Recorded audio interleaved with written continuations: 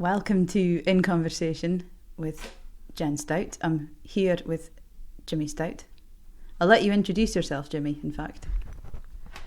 I'm Jimmy Stout. I live here at Skerry Home in Fair Isle. I've been here since 1969, but I was born here, so it was really a coming home for me. We'll come to that point in 1969, but let's go back to where you were born and where. When? Well, I was born in 1943. I was actually born in Lerwick. By that time, the mothers were going out to Lerwick to have their bairns, so I was actually born in Lerwick. Well, it'll be 80 years ago this year, so it's maybe a good time to look back. There's a long life to look back on now. Let's just start by describing the view for Skerry Home, because it's we're in the house here, and there's these big windows, and there's a view. Well, you tell me what the view is, because you've been seeing a lot more of it in your life than I have.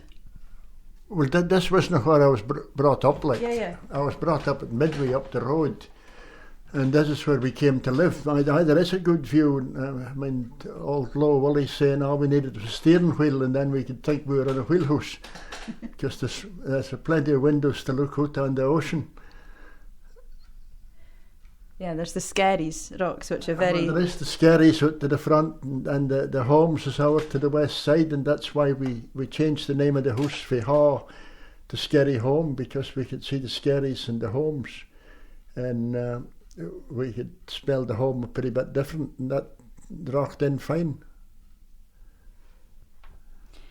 You were the oldest of 5 children. Pardon? You were the oldest of 5 children. I was the oldest of 5 children, yes. I was, and we were kind of spread out, because and it meant that when I went to school, to Lerwick School, my younger 2 siblings were only 1 or 2 year old, and so I barely kent them. It was only when we grew up really that I got to ken me. My brother, especially my brother Andrew, you didn't really ken who he was for a while. And when my girlfriend Florrie came back here the first time, then she was actually reading bedtime stories to Andrew. So that's quite funny, actually. Does he mind that? I don't know. Well, I don't know if he would, because he wasn't very old. Yeah. And what was life like then when you were pretty here? I guess it was different from what it is now. Everybody lived in a very a basic way of life, really, and people lived on their crafts and really didn't move off their crafts. And it was a existence, really, and it's just the way it was, and all throughout Shetland then.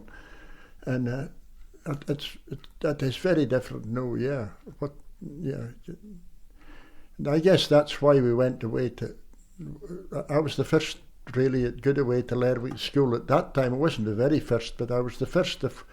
After I went, then everybody went.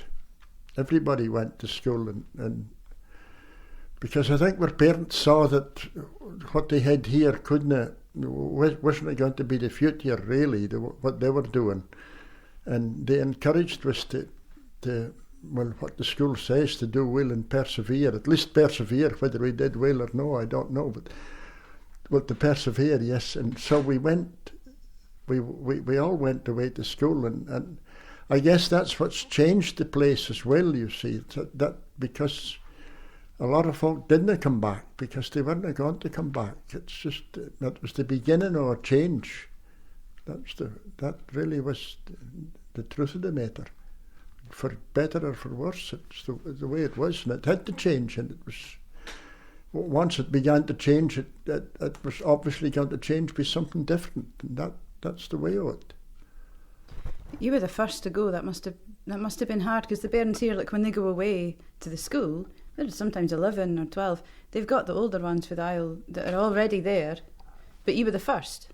I was the first there was ones that went, 1 or 2 went a while before, But I was the first of this generation. We were a lucky generation. If the education became affordable, and we've been we were lucky to get the chances we got, because our parents couldn't afford to send us, and the education became affordable, we're very fortunate. Yeah, well, we're very fortunate, my generation, because we never would think about paying for school or not being able to pay for school. Yeah, well, we get right through. After school, we went. Really didn't cost us. We got grants really, which could cover our education right till we were finished. That was fortunate. Yeah. Well, tell me about your education then. How did you find the school at first? Probably pretty terrible, I would say. We never got home. We only got home at Christmas and Easter and summer. There was no getting home between. There was no October holiday then, and so you were only home 3 times a year. And I think there was one holiday that I never got home. It wasn't a Christmas, it must have been Easter. There was one we never got home at all. So it really was pretty hard, and then we got a lot of illness when we went to begin with as well, because we were insulated for that here, and things like measles and chicken pox. We got all that when we went to the hostel and school. So that it was very difficult, yes. But there was an upside too, you see, because we were in the room with Bairns Fay, Yale and Unst and Walser, and that Bairns boys, they were there as well. They never got home at weekends. And so that boys became we became brothers to each other again, and that's lasted throughout our lifetime. You meet these boys and they're still the same as they were. Yeah. None of us has changed. And who would that be then? Name some names. But who would that be? Well, it was Bobby McLeod and Charlie Spence and boys like that Andrew Chan and Robbie Chan, that all came through the school at the same time. And that was, they're all become close friends throughout our lives, yeah. Some of them went to Aberdeen as well, so we were friends there as well. How did your parents cope with you going away when you're so young and going away for such a long period of time? I think they were very stoic. I got a phone call for them once a week when they went up to the phone box to phone at a certain time. It wasn't easy. It wasn't easy. And we had to send home our laundry. We all sent home our laundry for the hostel. There were no washing facilities in the hostel then. And not only Fair Isle, but all the boys we sent. And God knows when it came back. I mean, it took ages. Like in the post? And worse used to get down on the bus, put it in the bus to Sumbra. Then it got to Fair Isle, and I can't mind how it got back. Okay. It was all quite difficult. And, it really was, yeah. Well, tell me about the hostel then. What was that? What was it like? But the hostel was good. I think it was pretty good. I have nothing bad to say about it. It was good, and the people that ran it was as good as they could be, as good as they. I wouldn't say there were anything wrong with it. Sometimes you put in the sick bay if you were ill, and you were even more lonely then because you were on your own, and that could be hard as well. But no. And some of the maids weren't much older than we were, again, because they'd left school and they'd come to work. So we had friends as well. Mm-hmm. And you found solace, I think, in football as well. Oh yeah, football was a salvation for me. Maybe not a salvation for my education, but it was a salvation for right throughout my. We played football. I played in juniors. I was captain of the school team and played for other teams and played in the Southern League as well for Queen of the South. And then when we went to Aberdeen, we had a Shetland team in Aberdeen. Then we had a college team. Then when I went to work in Aberdeenshire, I played in the Buchan League there, and so I played football all my life, to the detriment to everything else probably. Well, you're still a keen follower. Oh yes. Yeah. I wasn't until 2 nights ago when Aberdeen got beat by Darvel. It sort of blunted your enthusiasm for the team, but never mind, it'll come again. So then it was agricultural college. Tell me about that. We went to agriculture. Well, after school I went to work for a year. I worked for a year at Ringesty in Wendell. And that was that was good, because it broadened your horizons, and you met another group of people that lived there, and people that you've kent there for the rest of your life, and that's been something I've treasured. That I've treasured kenning that folk and being able to go back and meet with that folk throughout my life. That was a wonderful experience. You maybe didn't think that at the very time, but as the years have gone on, you've come to appreciate that, how much benefit that did you, and it was a wider scope than being in Fair Isle, and it was good. And by that time I was courting Florrie, and she came from Sombra, and so she was still a year at school, so that I guess was a benefit as well, for me anyway. Yeah, tell us about Florrie. How did you meet? We met at school. No, we didn't. We met at a cup final dance at the Ness. So football did me one big favour anyway. We probably lost the football, but I won a lovely wife. Uh-huh. And she was Florrie Lawrenson. She was Lawrenson. Her father came from Bressa originally, and he married Maggie Jean Harper for the Ness, and they lived down at Heston Sombra for all their lives. Yeah. Mm-hmm. So after that, then at South. I went to college in Aberdeen, and coming to the end of my time there, the boss of the college, I think he realised that I maybe was one of the, maybe no, very few, but a lot of the pupils, students were farmers' sons and like that, who were going back to where they came from. And I think he realised I wouldn't be doing that. And he asked what I wanted to do, and I said, I wanted to be a farm manager. And he said, oh yeah. And then just a couple of months later, I got this phone call when I was back in Fair Isle for the summer, and telling me that there was this job going and where it was, and if I wanted it, then I would probably get it. And I went down and I got it. And that's where we were for the next few years at Mains at Cairnbrogie, and just between Tarvis and Old Meldrum. And it was part of the Haddo estate. And this was a farm like what they had taken over farms, which had been probably privately run before that, and they'd taken them over. And so that was 1,000 acres,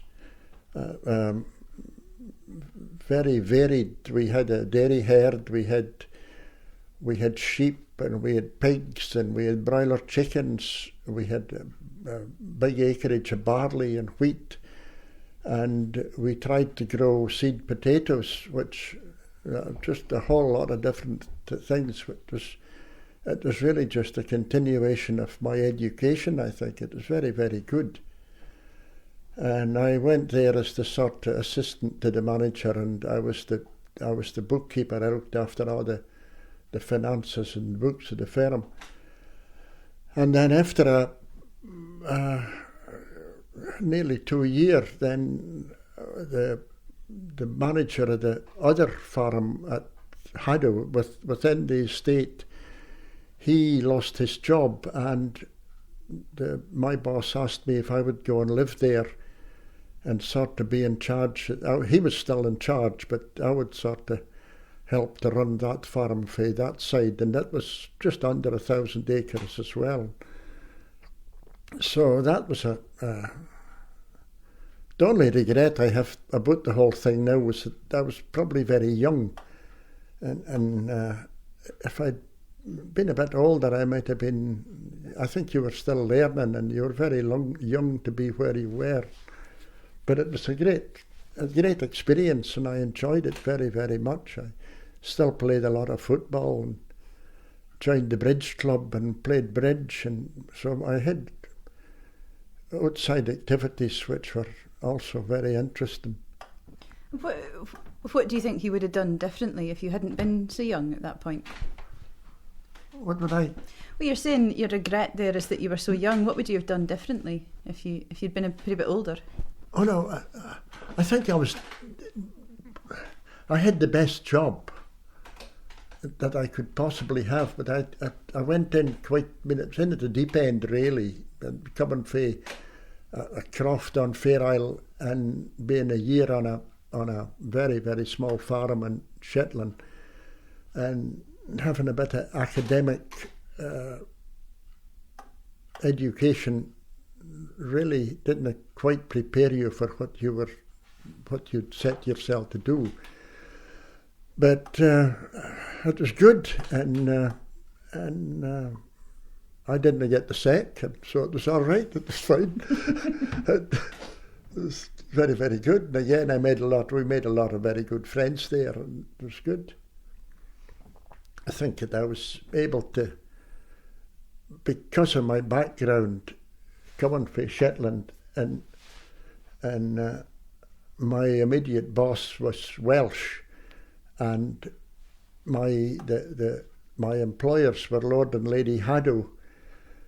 So I think I was in the best position to communicate with the farm workers. They understood me better than they understood anybody else around them. Yeah. And I think that was very important. I was able to speak the same language as they were, and they kent where I was coming from, and that I think was one of the most important things that I was able to do when I was there, because they neither really understood their boss sometimes, nor the people that really employed them. They were coming from a different stratosphere almost. Yeah, so you were kind of straddling the two worlds. I was straddling the two worlds, yes, depending where I was. Never maybe quite at the same time, but. Yeah. We'll pause for your first piece of music. Jimmy. Tell me about this. My first piece of music is Chris Stout playing what I call the Norwegian hymn. I cannot really pronounce what it is in Norwegian. It's what I call the Norwegian hymn. I'm choosing this piece of music really because, like Wes going on to our education, people like Chris, and before Chris, Ali Bain left Shetland at the same time as I did. And these people, and a lot of people since, have gone for Shetland, and they've made a name for themselves, but they've also made a name for Shetland. And they've spread the gospel of Shetland music far and wide. And it's meant, I think, too, that when the folk festival comes back to Shetland, or the Fiddle and Accordion Club weekend or week, it's people want to come back, and they want to come to Shetland and perform and to hear what the Shetland music, because they recognise there's something special about it. So that's why I've chosen this first piece of music, apart from the fact that Christopher is my nephew. And so you obviously would want to hear your own expert nephew playing.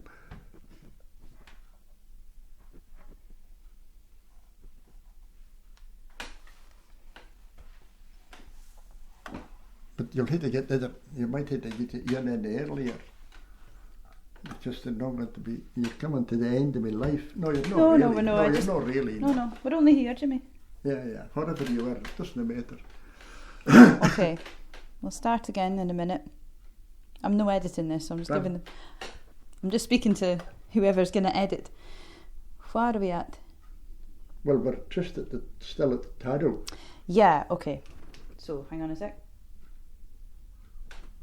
You can say it. You got married when you can. You can say something like that. Okay. So we're still at the point where you're working at Haddo Estate, and you got married. We got married in Shetland in summer of 1967, and obviously my wife came to live in Aberdeenshire and teach in Aberdeenshire. She'd been teaching down in the Borders, and she came up to teach in Aberdeenshire then, and so in our time there we lived in two houses. We lived on the farm at Cairnbroggie, and then we moved to the farm over on the Haddo Estate, and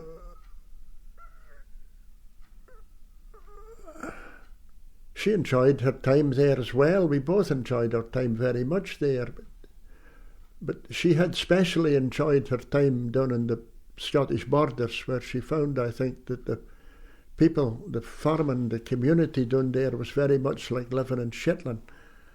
And to come to Haddo, where I was certainly not like living in Shetland. It was pretty bit different. And there was a lot of, at that time, there was a lot of hierarchy in the system.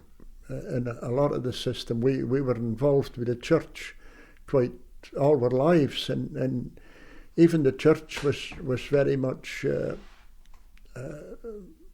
in the system of the banker and the headmaster, and the people were at the top of the church then,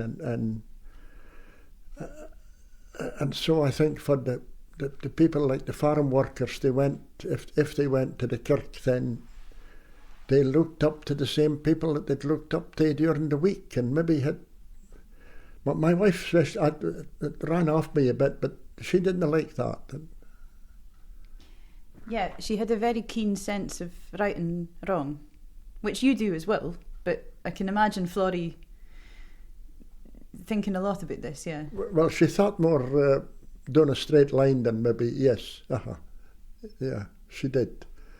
And she was probably right, but sometimes you had to make, in life you have sometimes to make detours. And, you couldn't, I mean, it was I played a lot of bridge, and we went to whist drives as well, but if you played bridge, you really weren't meant to go to a whist drive. It was for two different groups of people. I see. It was quite funny, yeah. Yeah. I mind one night that I went to a whist drive, and she went to the Choral Society at Haddo, and I think the folk thought that was the beginning of a divorce, but that was the way it was. Wow.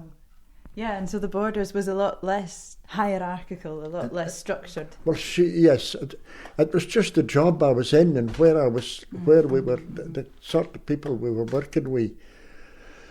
And I mean, there was estate agents and factors and a lot of different aspects of living on an estate like that, and it wasn't really completely like living on a farm.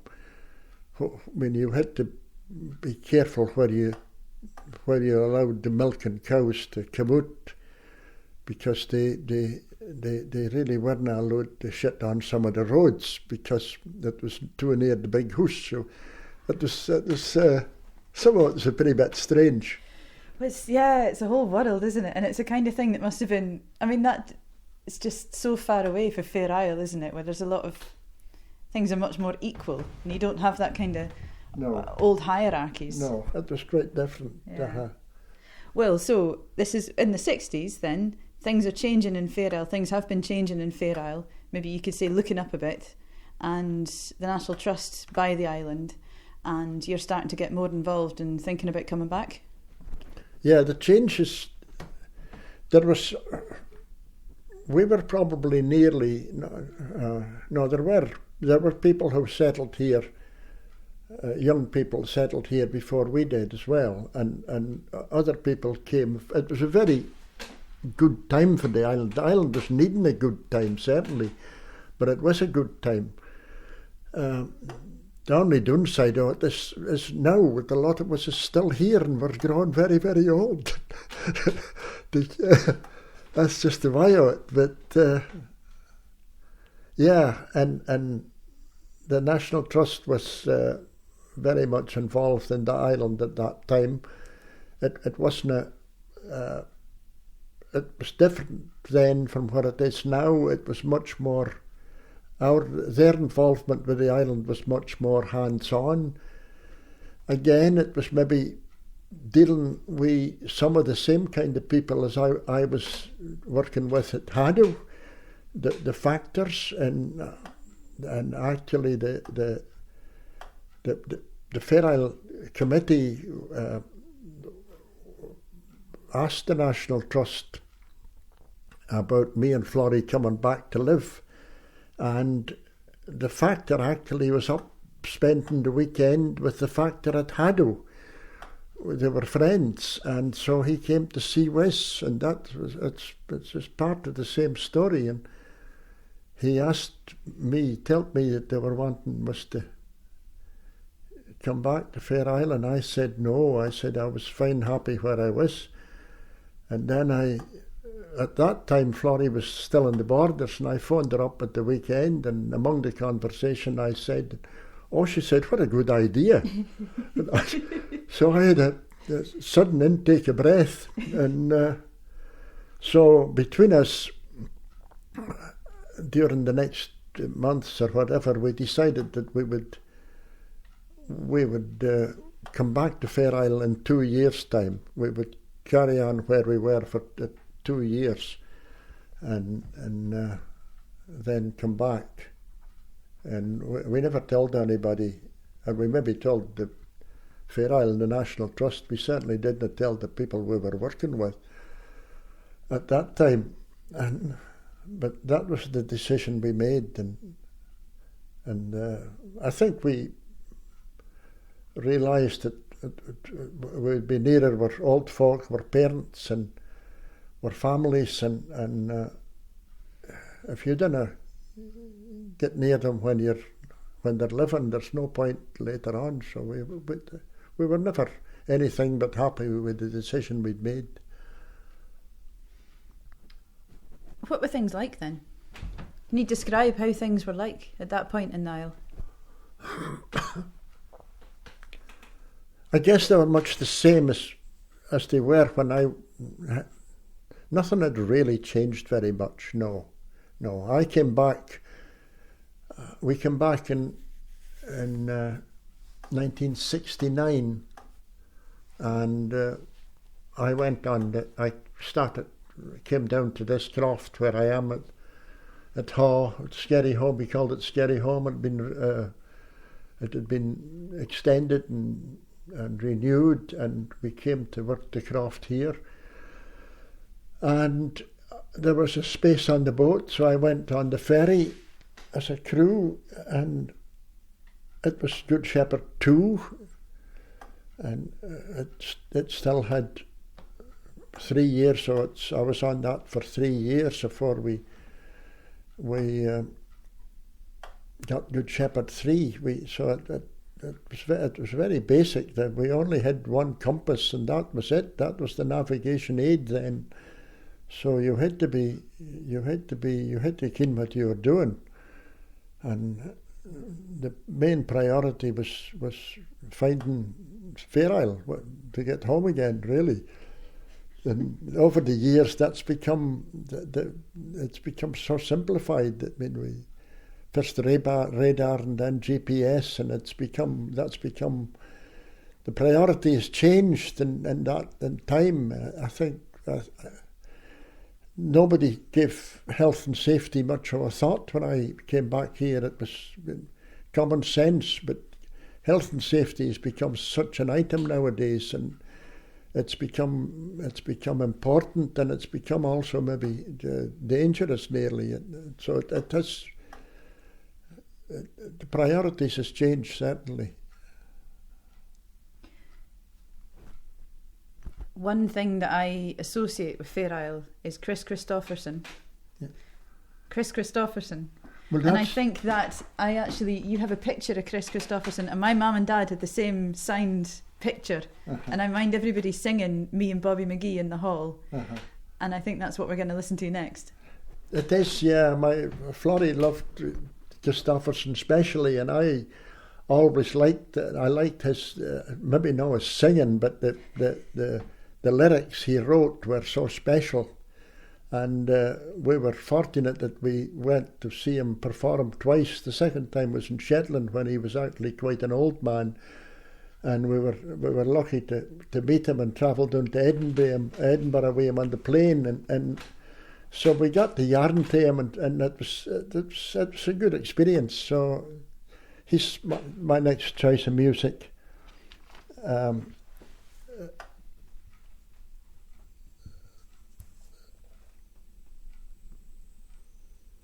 I've chosen Who's to Bless and Who's to Blame. I could have chosen any one of many songs, but you had to be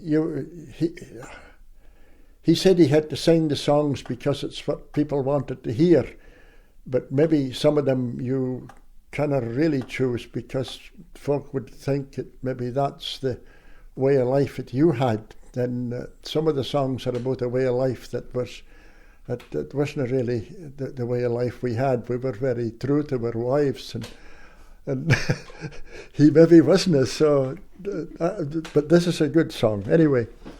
Great.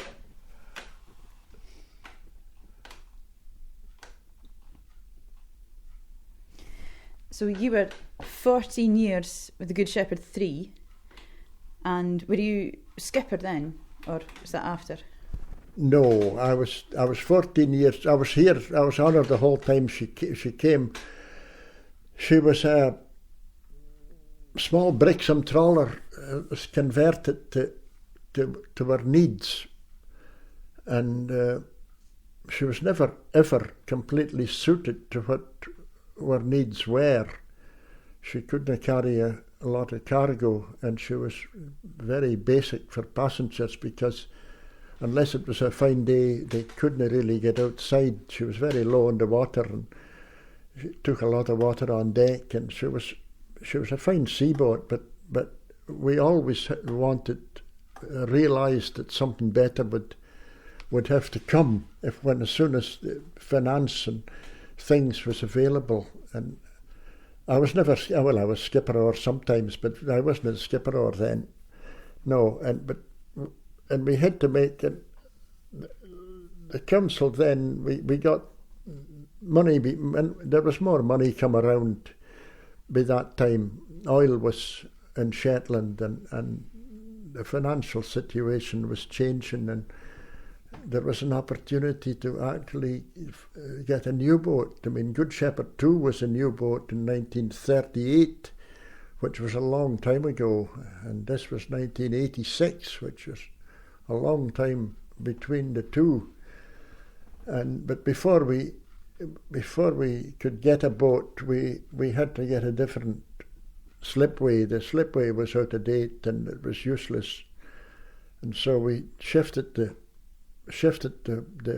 place where it was and put a new slipway aside the pier, and with the expectation that there would be a breakwater coming sometime, and the breakwater would give shelter to this where we put the slipway. And that came about 1976 maybe. 76, 78, and we used that slipway for the other Good Shepherd 3 for a while, and then the cradle was altered a little bit to suit the new boat. New boat was built, was ready in 1986. It was launched by my wife in St. Monans in Fife, and probably one of the coldest days of winter that I've ever experienced. The northerly gale on the East Neuk of Fife was not a lot of fun. But it was a great day and a special experience, one that we'll never ever see again for us anyway. Well, you might, but we'll come on to that. So at this time, your family was growing. So tell me about your bairns. Well, the first boy was born down in Aberdeenshire in Inverurie in 1968, and so we had him when we came back to Fair Isle, and then Ian, our second boy, was born here in Lerwick again in 1970, and that was our family, and we're very proud of them, and I know they're very, very proud of me as well, but they never say it. Well, I mean, Ian's here with his bairns and now their bairns, so you've a growing family here still. Yeah, I'm very lucky to have them here now. When I'm getting older, it's fine, because my wife died 3 years ago, and so you're on your own now, and you appreciate more having your family here. It's you maybe don't see them every day, but it's a reassurance, and it's fine to have them here. Yes, very lucky. Yeah, and they're crofting as well. They're crofting as well. They're crofting as well as other things. Yes. Oh yeah. Crofting has changed a lot here. You see that's one of the things that's changed for when I was young, and for the subsistence life. It's impossible to make any sort of living or off a croft with 30 sheep nowadays, but it does take some of your time. It does take a disproportionate amount of time, and so a lot of people have stopped it. They've actually realised that the paperwork involved and the time involved cannot cover the outlay and for all to get in at the end of the day. So my son Ian, he actually runs several places here now, because that's just the way it is. It's a different way of life, but I still have my 50 hours, and I think you've sort of grown up with it. That was part of my life when I was younger, and it was my interest really, and so I've kept that going. Sometimes you wonder why, but well, sometimes in the middle of January maybe, yeah. But I mean, it's interesting that you had this experience with kind of big farms, and you studied at agricultural college, and you got this taste, and you got to see how things are done in a whole different way, I guess. Was it kind of like some folk would see that and say, well, I just want to stick with farming, but you were happy to come back to crofting, to a different way of things? Yeah.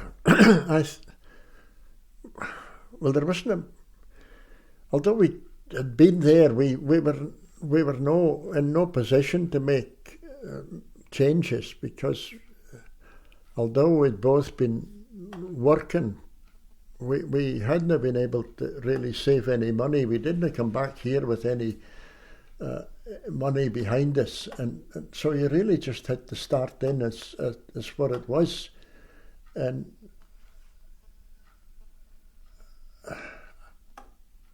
so it wasn't easy to change.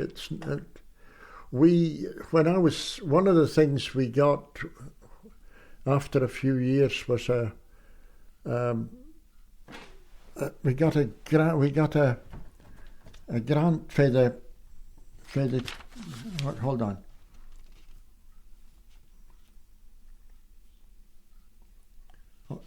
One of the things we got when I was living here after a number of years was the Crofton Township Award, and with that award came with a sum of money, and we actually used that money directly to buy equipment to make small bales of silage, and that was a revolution, really. That was probably the biggest revolution, that we began to be able to, instead of spending so much time making a lot of sometimes very poor hay, we were able to make silage.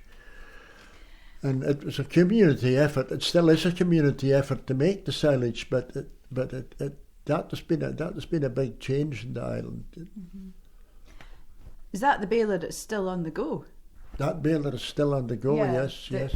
My Uncle Kenny used to always be doing it. It's been on the go for a while, yeah. I do mind the square, the kind of rectangular hay being made with the old red thing, but I do that's... It's been on the go for a while, but it's like a lot of things. If you put new things on it, you can always keep it working and keep it going. Yeah. There was also then, there was a lot coming to Fair Isle at that point, a lot of recognition, and you had the European diploma. What did that mean? The European diploma came, we got that. It was I don't know what it was a reward for. It was a reward for what they saw we were doing. But it wasn't a thing that had any financial value. But I think having it was a benefit for people who wanted to visit Fair Isle. They saw this as coming to an island that had got these awards, and they wanted to come to Fair Isle. And the more people tourism is a big thing here now. It wasn't really a big thing a while ago. People came for 2 or 3 weeks. A few people came and stayed, and now you get really a whole lot of people coming for a very short time. The people's lifestyle, even for holidays, have changed. But when people come to Shetland now and come to Fair Isle, they I think they see things that they like to see. They want, apart from coming for the birds, they come and they see a way of life that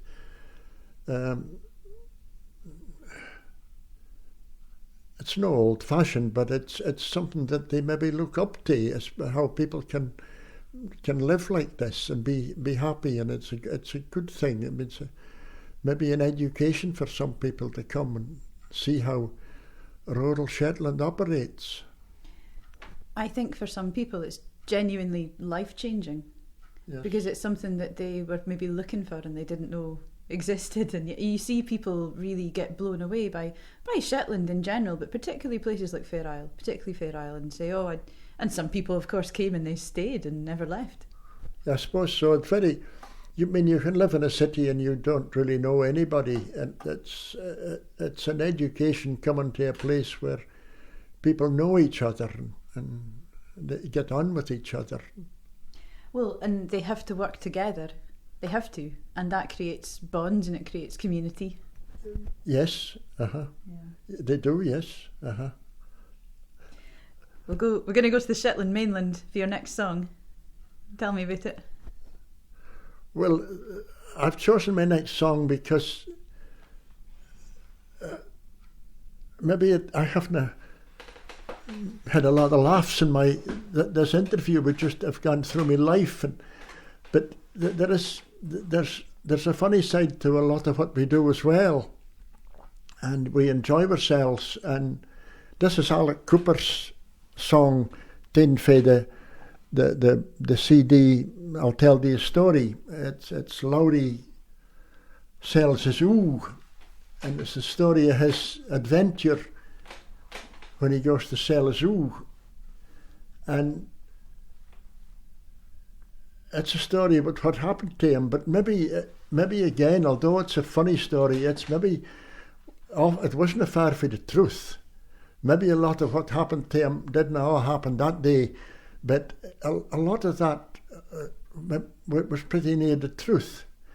And his pretty old Ford van, I mean, probably the top speed was 40 mile an hour, so he wasn't going to kill himself or anybody else, you know. And life has changed, and life has changed for all of us. I mean, everybody flees around now at 60 mile an hour or more, and there are so much more traffic. Then it was, when Lowry sold the zoo, there wasn't a big lot of traffic. I mind was sledging it down Hayfield Road, Hayfield Lane in Lerwick, and you had one person guarding the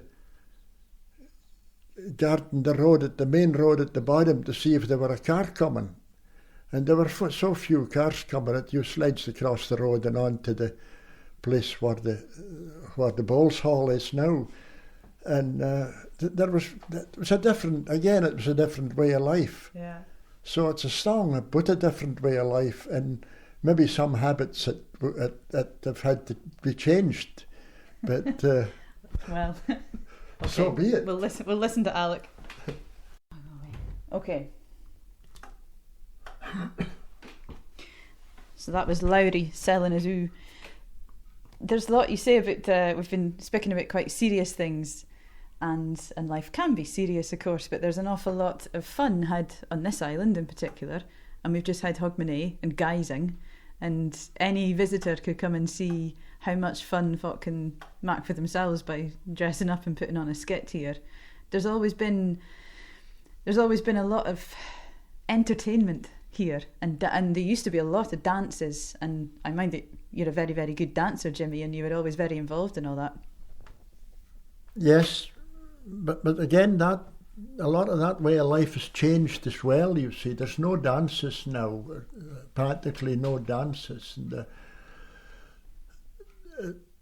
the communal way of life has gone. It's very difficult to realise how it's gone within your own lifetime, but it has changed. The church has changed.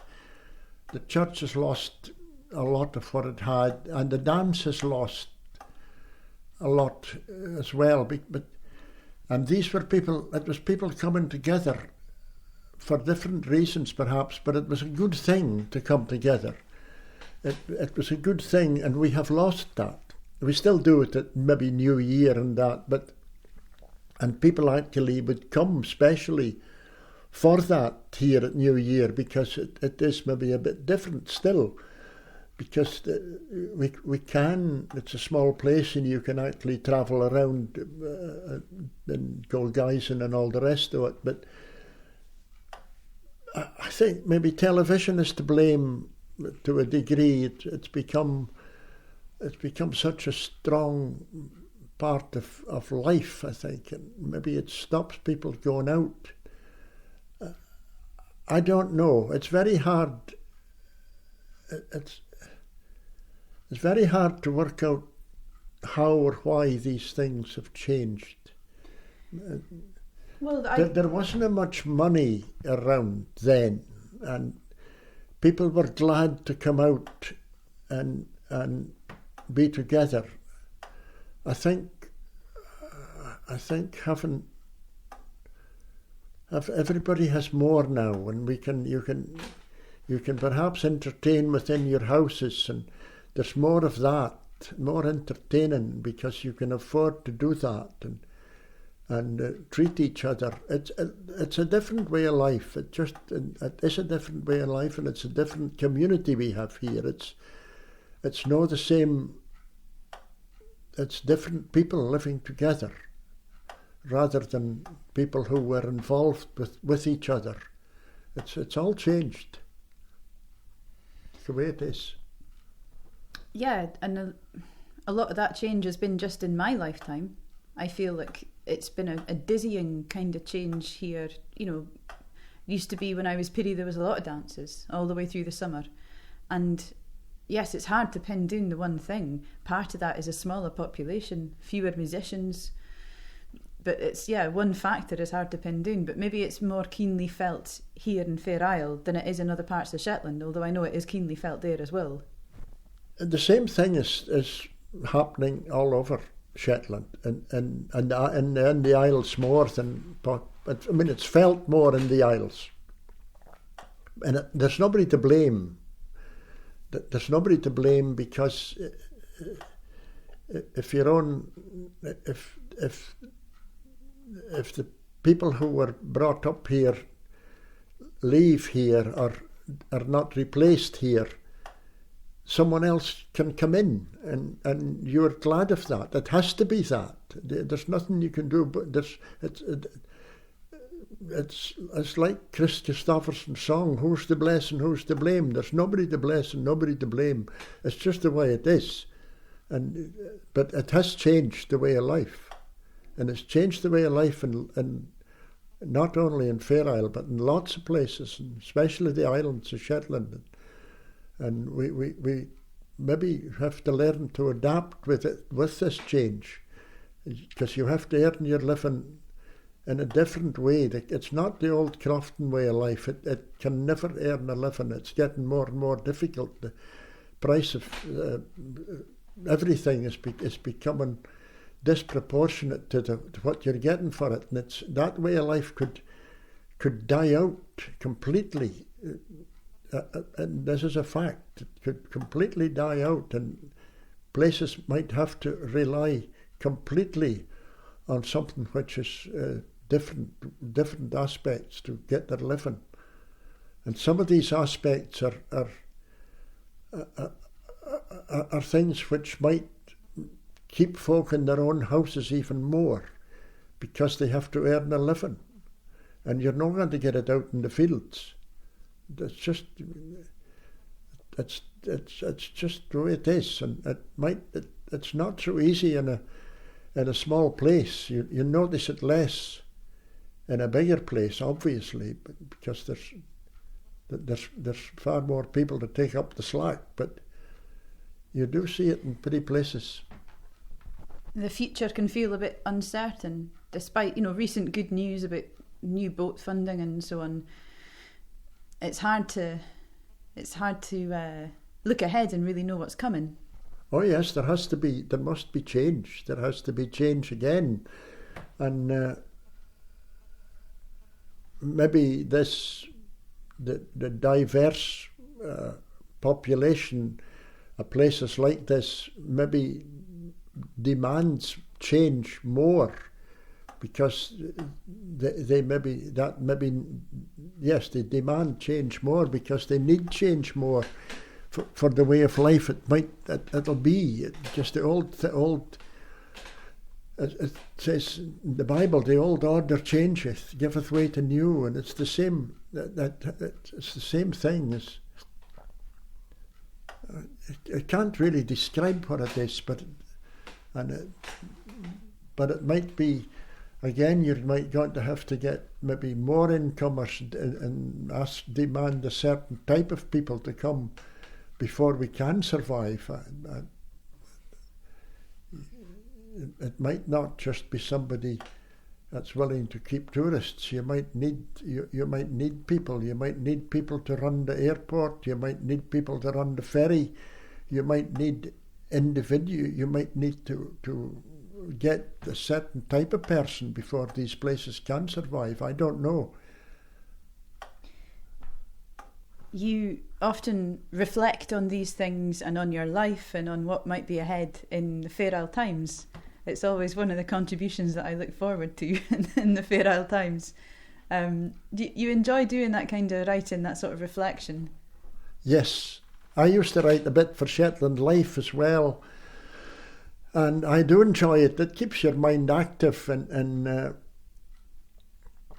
it maybe keeps you also maybe on an even keel a bit, rather than if you're talking to your friends and that, you can become, your views can become a bit polarised, and maybe to write, it makes you realise that there's maybe not a lot of room for having polarised views. You're maybe better trying and live for the common good. And I think writing maybe teaches you that a little bit if you can. Yes, maybe it can make you less hot-headed. That's right. Maybe a little bit less hot-headed. Or bad-mooded. Well, we're coming to the end, Jimmy. Tell me, you've enjoyed your life. I get the sense that you've enjoyed your life and it's been a very rich one.